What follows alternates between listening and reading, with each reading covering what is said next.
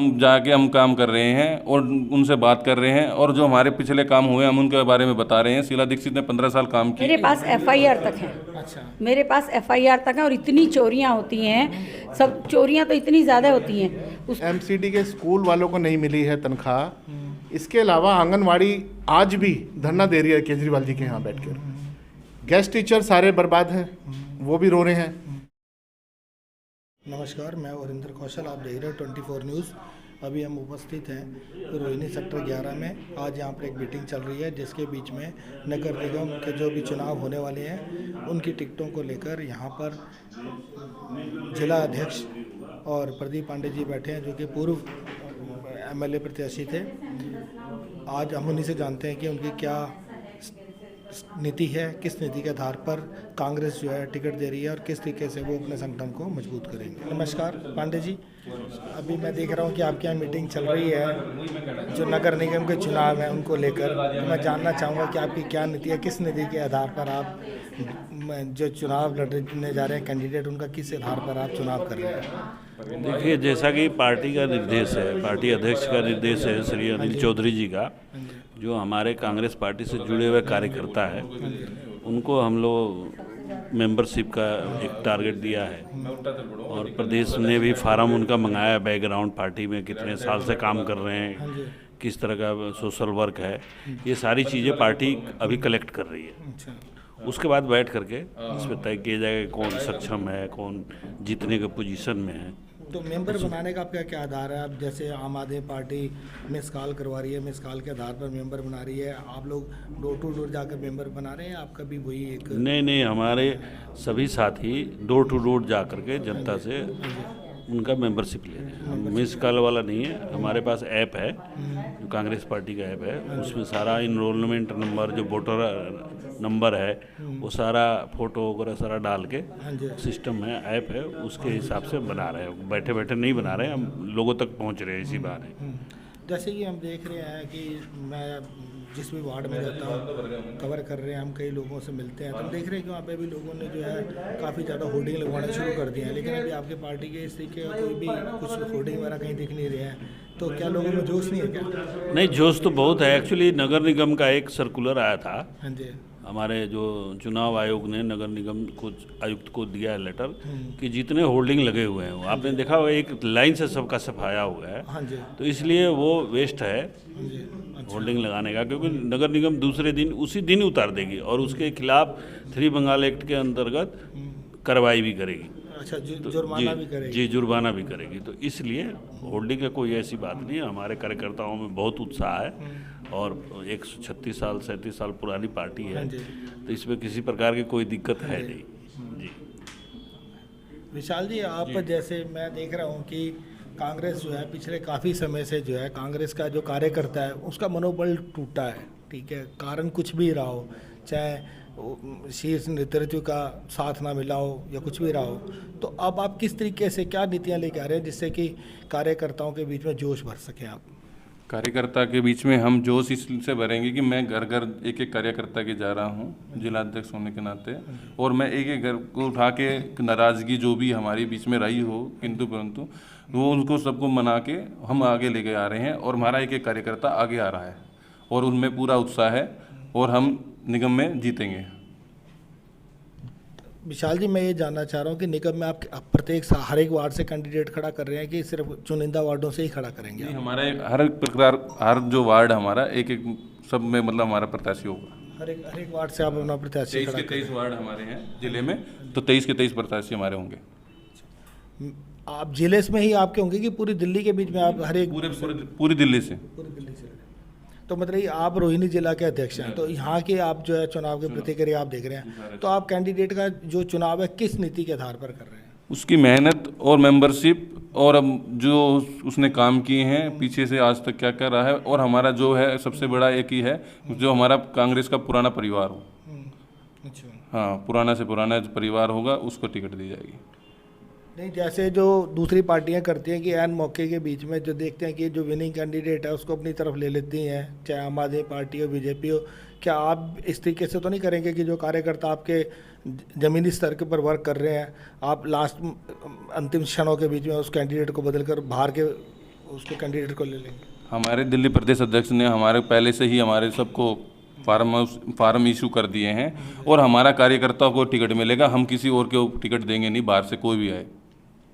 मतलब कि जो आपके कार्यकर्ता आप उसी को टिकट देंगे।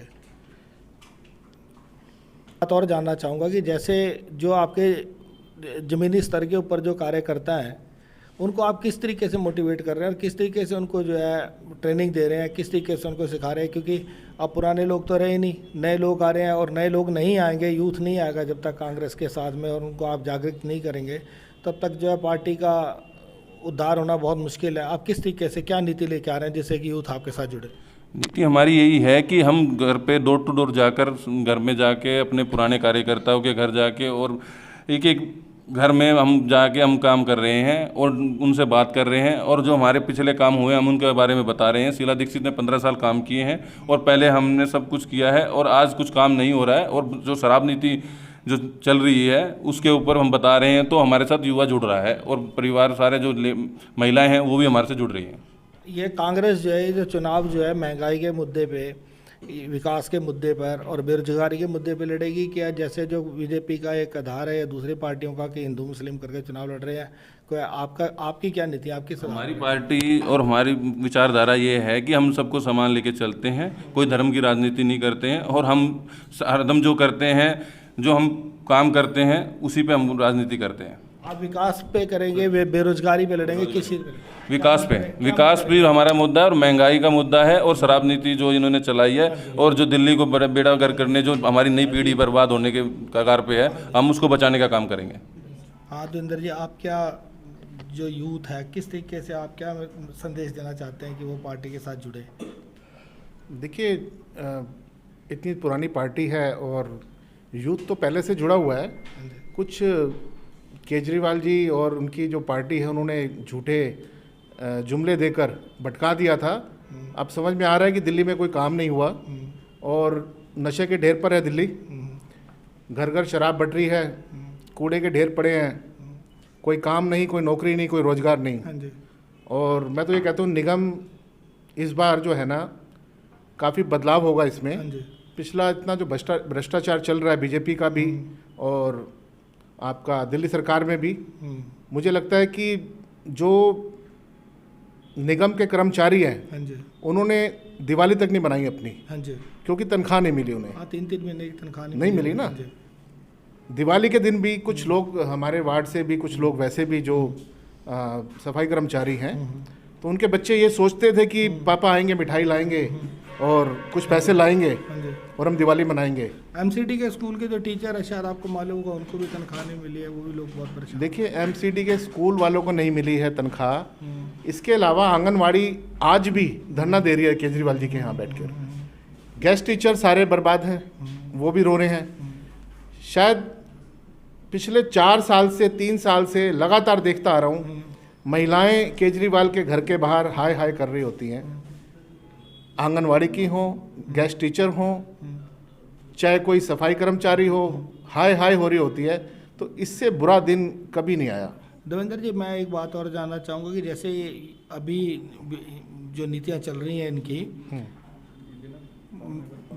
भ्रष्टाचार है एमसीडी के बीच में, तनख्वाहें नहीं दे रहे हैं, ठीक है, इनका कहना है कि भाई इतनी कमाई नहीं हो पा रही है, वो दिल्ली सरकार एमसीडी पे थोपती है, एमसीडी दिल्ली सरकार को कहती है कि हमें फंड्स नहीं दे रहे हैं। तो यदि आप अगर आते हैं एमसीडी में, जीत के आते हैं, अगर आप सरकार बनाते हैं एमसीडी के बीच में, तो आपकी क्या नीतियाँ रहेंगी कि आगे कोई समस्याएं कभी आपके सामने ना आए? देखिए, इतिहास गवाह है, आज तक जब भी कांग्रेस चाहे वो केंद्र में रही हो, चाहे मुख्यमंत्री के रूप में शीला दीक्षित जी रही हो, चाहे एमसीडी में रही हो, आज तक ऐसा नहीं हुआ कि गरीब का भत्ता उसे ना मिला हो, एक कर्मचारी की तनख्वाह उसे ना मिली हो। वो बेचारा नाले साफ करता है, लोगों का गंद साफ करता है और उसे भरपेट खाना ना मिले, उसे तनख्वाह ना मिले, इससे बुरा कभी नहीं हुआ। ये इनकी मिली भगत है। वो कहते हैं कि केंद्र पैसा नहीं दे रही और जो भाजपा में बैठे हैं वो कहते हैं जी केजरीवाल जी पैसा नहीं दे रहे। तो इनके लिए दूसरे राज्यों में प्रचार करने के लिए पैसे हैं। शराब के ठेकों से इतना वसूल किया इन्होंने, लॉकडाउन में इतना पैसा वसूल किया इन्होंने, अपने होर्डिंग्स लगा रहे हैं, दूसरे राज्यों में प्रचार कर रहे हैं, यहाँ का पैसा वहाँ लगा रहे हैं।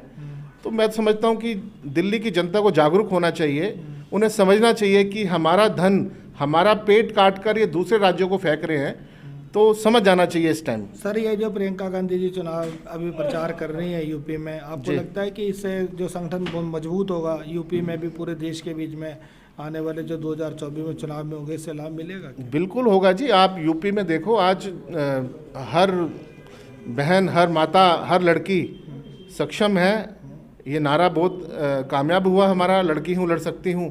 हर लड़की लड़ने को तैयार है चुनाव, और इतनी भारी मात्रा में महिलाओं को सीट दी है हमने, तो बहुत अच्छा रहेगा वहाँ का प्रदर्शन। दिल्ली में भी आपकी ये नीति रहेगी 50%? बिल्कुल रहेगा जी, बिल्कुल रहेगा। 50% महिलाओं को टिकट मिलेगा। विश्वास है कि आप कांग्रेस की टिकट लेकर आप वहाँ से चुनाव जीतेंगे? क्या नीति रहेगी आपकी? मेरी सबसे पहली और सबसे प्रायोरिटी रहेगी कि मैं अपनी जनता, जो हमारे 24 वार्ड की जनता है, यहाँ लगभग 20 साल से बीजेपी है एमसीडी में। कोई भी काम जो एक स्कूल तक हमारे 92 में जो राजेश यादव जी ने बनाया था, इवन मतलब शमशान घाट तक की भी व्यवस्था वहाँ नहीं है।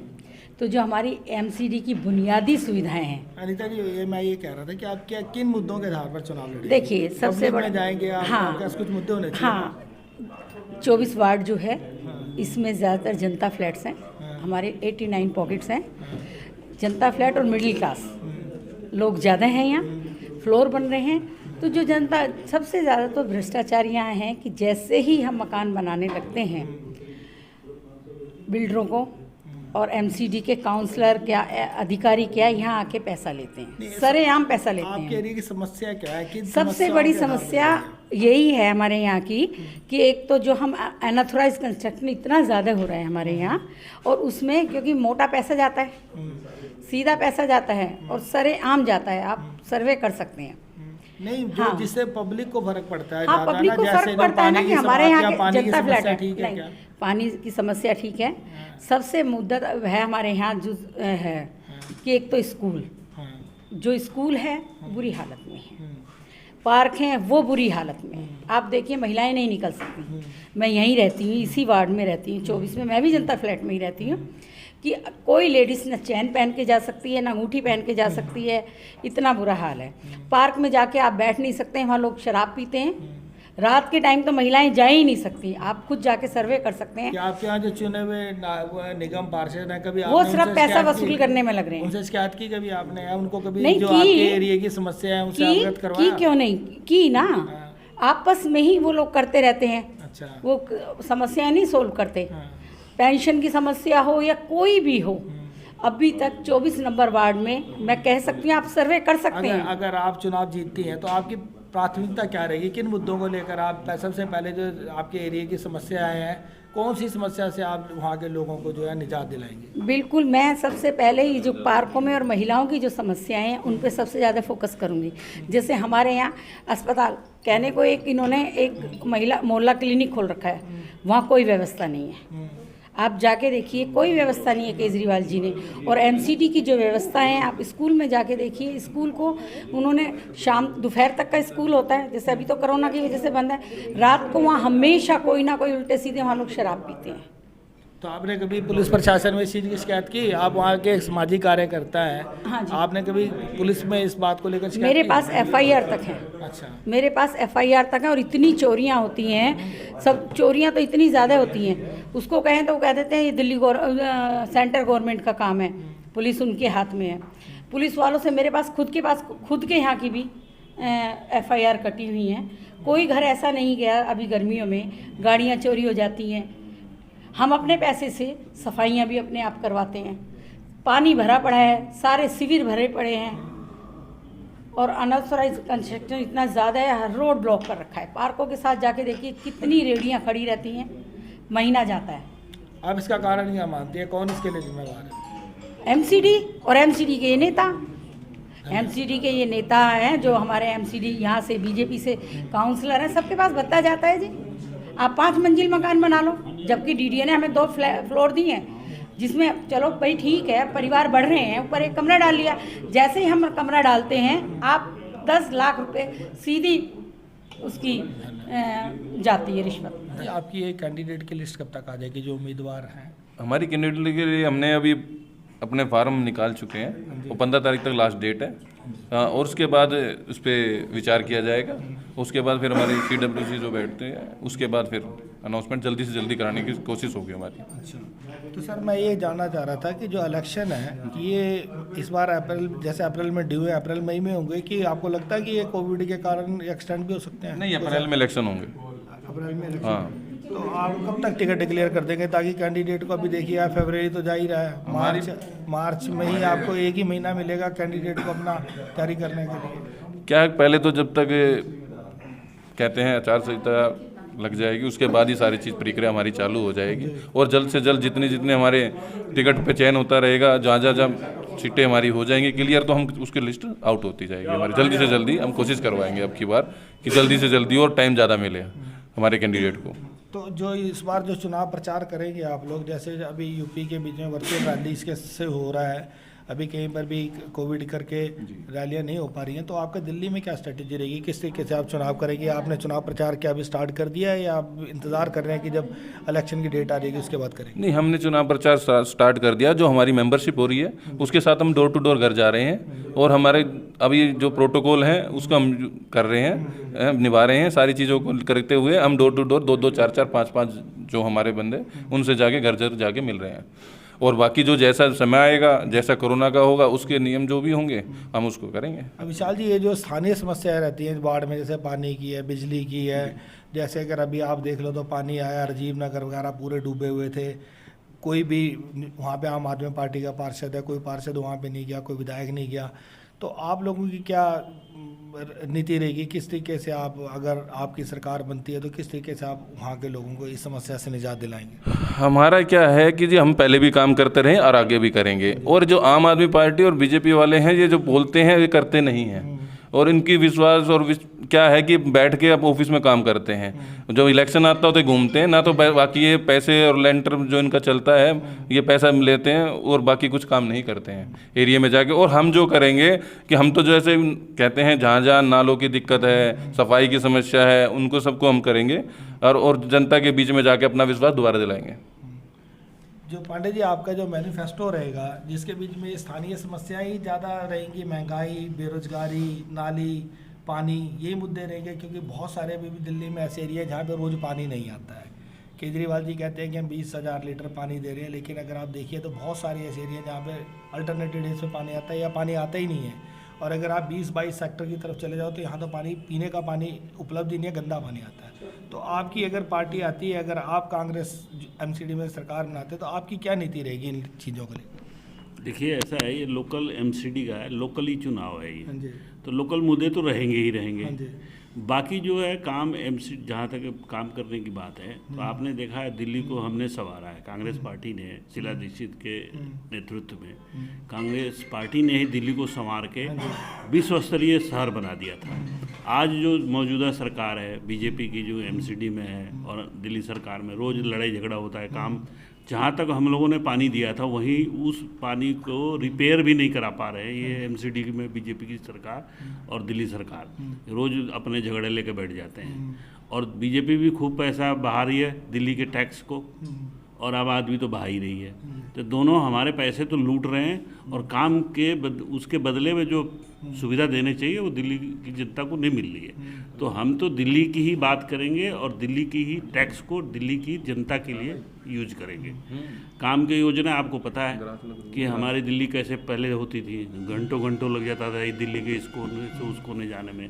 आज आप देख रहे हैं फ्लाईओवर की, आप 15 मिनट में आप इधर से उधर जा सकते हैं। तो ये सब कांग्रेस का ही योजना थी। आज भी हम अनऑथराइज कॉलोनियों को उस समय जो हम लोगों ने अथराइज करा था, पानी और रोड बनाया था, उसके बाद एक भी रोड नहीं बना, आपको पता ही है। तो हमारे पास योजना भी है, काम करके दिखाया भी है और आगे काम भी करेंगे।